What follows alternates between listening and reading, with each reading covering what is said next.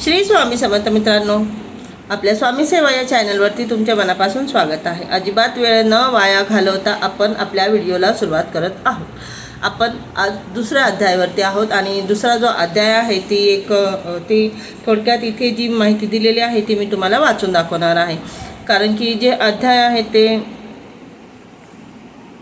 थोडा हार्ड भाषेत आहे, तर ते मला वाचता येतात, मी वाचते नेहमी, पण तुम्हाला समजून सांगायचं तर इथे आपल्याला बघा मराठीमध्ये सगळे अर्थ डिटेलमध्ये दिलेले आहेत, मी तुम्हाला मराठीमधलेच वाचून दाखवणार आहे। चला, अध्याय दुसरा, संदीपकांची गुरुभक्ती।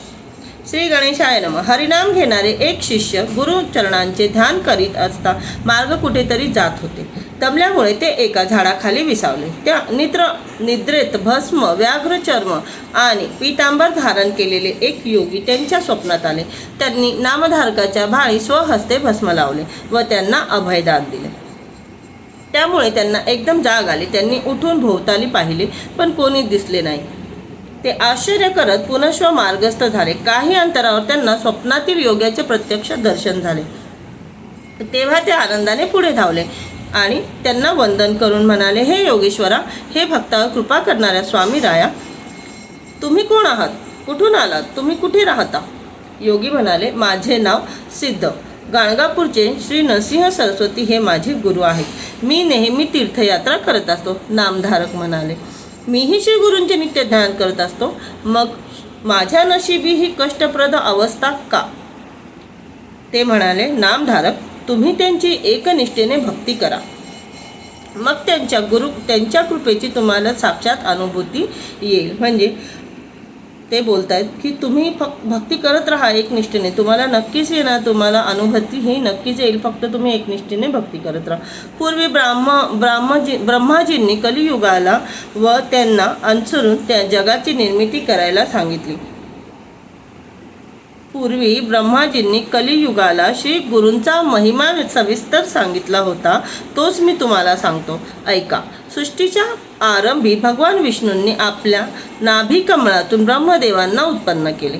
त्यांना 4 वेद दिले व त्यांना अनुसरून जगाची निर्मिती करायला सांगितली। विष्णूजींच्या नाभीतून ब्रह्मकमळ निर्माण झाले, त्यातनं ब्रह्माजी निर्माण झाले व विष्णूजींनी त्यांना ते 4 वेद दिले। विष्णूजींनी ब्रह्माजींना 4 वेद दिले आणि त्यांना अनुसरून जगाची निर्मिती करायला सांगितली। विष्णूजींनी ब्रह्माजींना सांगितलं, त्याप्रमाणे त्यांनी विश्व निर्माण केले। 4 प्रकारची जीवकोटी उत्पन्न केली। मग त्यांनी काळाचे 4 विभाग करून 4 युगे निर्माण केले। त्यांना क्रमाने पृथ्वीवर पाठवले। कृतयुगाच्या प्रभावाने लोक सत्कृती व सन्मार्गी झाले। त्रेतायुगाच्या प्रभावाने लोक यज्ञाद्वारे स्वतःचे कल्याण करून घेऊ लागले।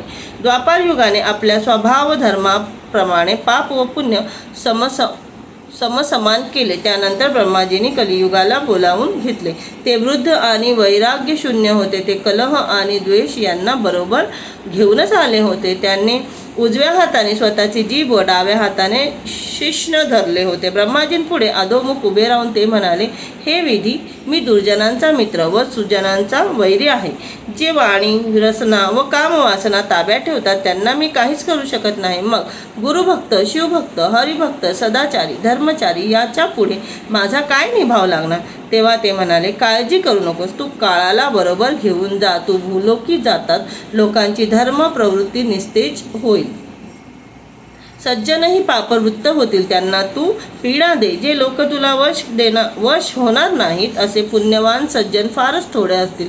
निर्मळ मनाचे, निष्कपटी, निर्लोभी, तसेच माता, पिता, देव, ब्राह्मण, गुरु, गाई, तुळशी यांची सेवा करणाऱ्या साधू जनांना तू कधीही त्रास देऊ नको, ही माझी आज्ञा आहे।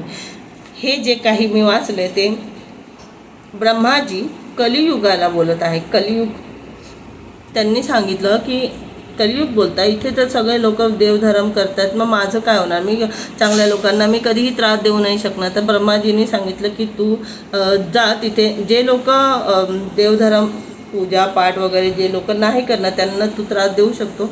इथे स्वतः जो राक्षस आहे कलियुग, तो स्वतः बोलतोय की अशा लोकांना मी त्रास नाही देऊ शकणार, मग तुम्ही मला का पाठवताय खाली? तर असं सगळं त्यावेळी कलियुगाने ब्रह्माजींना गुरूंचे स्वरूप व महात्म्य विचारले. ब्रह्माजींना साक्षात कलियुगाने विचारलं की गुरु कसे आहेत, गुरूंचे स्वरूप कसे आहे, त्यांचं महात्म्य काय आहे.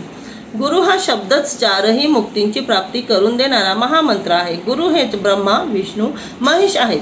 देव कोपले तर गुरु रक्षण करतील, पण गुरु कोपले तर कोणीही रक्षण करू शकत नाही. गुरु म्हणजे आपल्याला मार्ग दाखवणारे. एक वेळ देव आपल्यावरती कोपले, देवांचा आपल्यावरती कोप झाला तर गुरूंच्या सल्ल्याने आपण ते सगळं काही ठीक करू शकतो. पण आपल्याला ज्ञान देणारे गुरुच जर आपल्यावरती कोपले किंवा आपल्याला गुरुच जर नाही मिळाले तर आपलं जीवन किती अंधकारमय असणार आहे. गुरुभक्तीने जगाच्या रहस्याचे आकलन होते. भक्ती वैराग्य सत्वृत्ती वृद्धिगंत होते. गुरुमुखातून ऐकले म्हणजे शास्त्रार्थाचे व्यवस्थित आकलन होते. गुरूंच्या सेवेने कायिक वाचिक मानसिक शुद्धी आणि सर्व प्रकारच्या सिद्धी प्राप्त होतात. मी तुला त्याविषयी एक कथा सांगतो.